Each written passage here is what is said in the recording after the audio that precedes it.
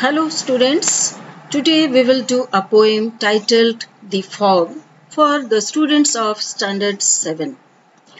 This poem is composed by William Henry Davies.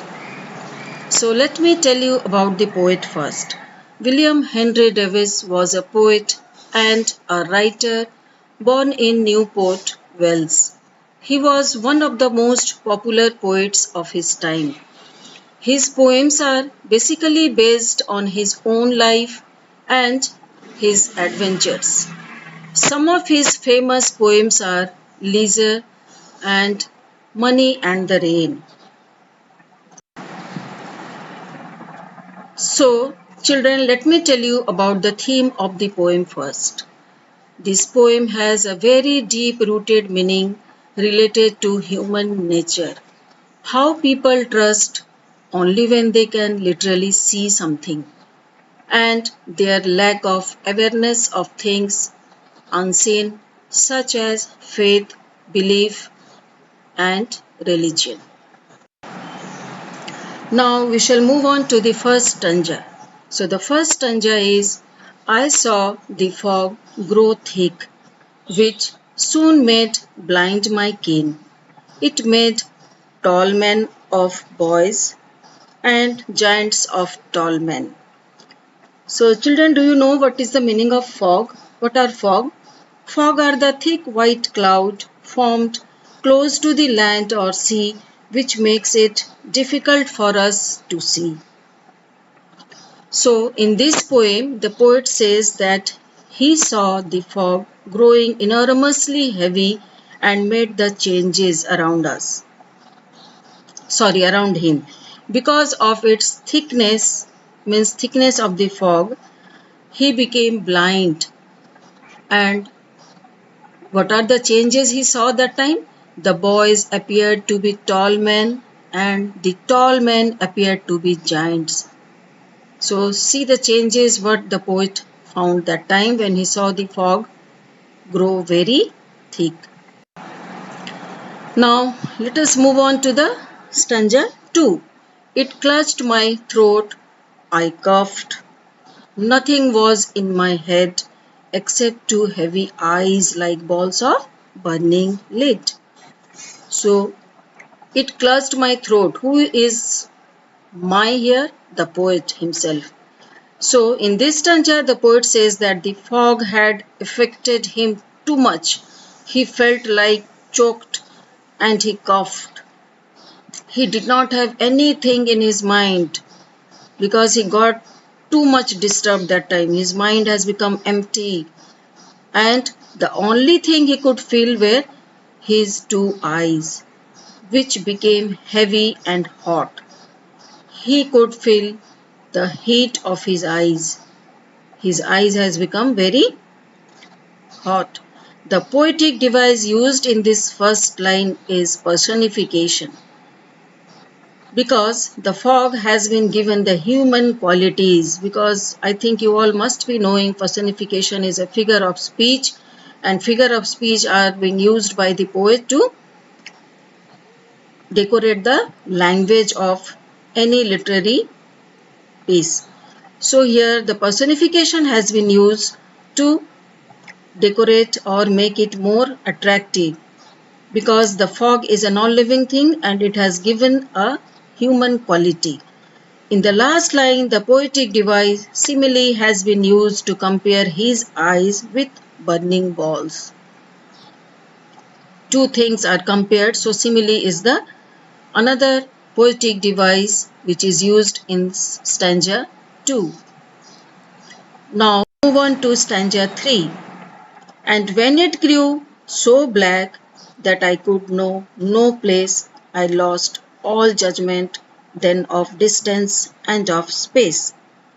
Means in this stanza the poet is telling that the fog grew so black that the poet was not able to think anything. Then that means he became very confused. He was unable to decide and find out his way to move towards his home. He had lost his ability to judge, to decide how to get his way to his home. He could not make out even how much distance he had covered and how much he had to cover. He was so confused, means got puzzled at that time what to do and what not to do. Because of what? Because of fog only. His judgment power, his decision making power, everything has gone.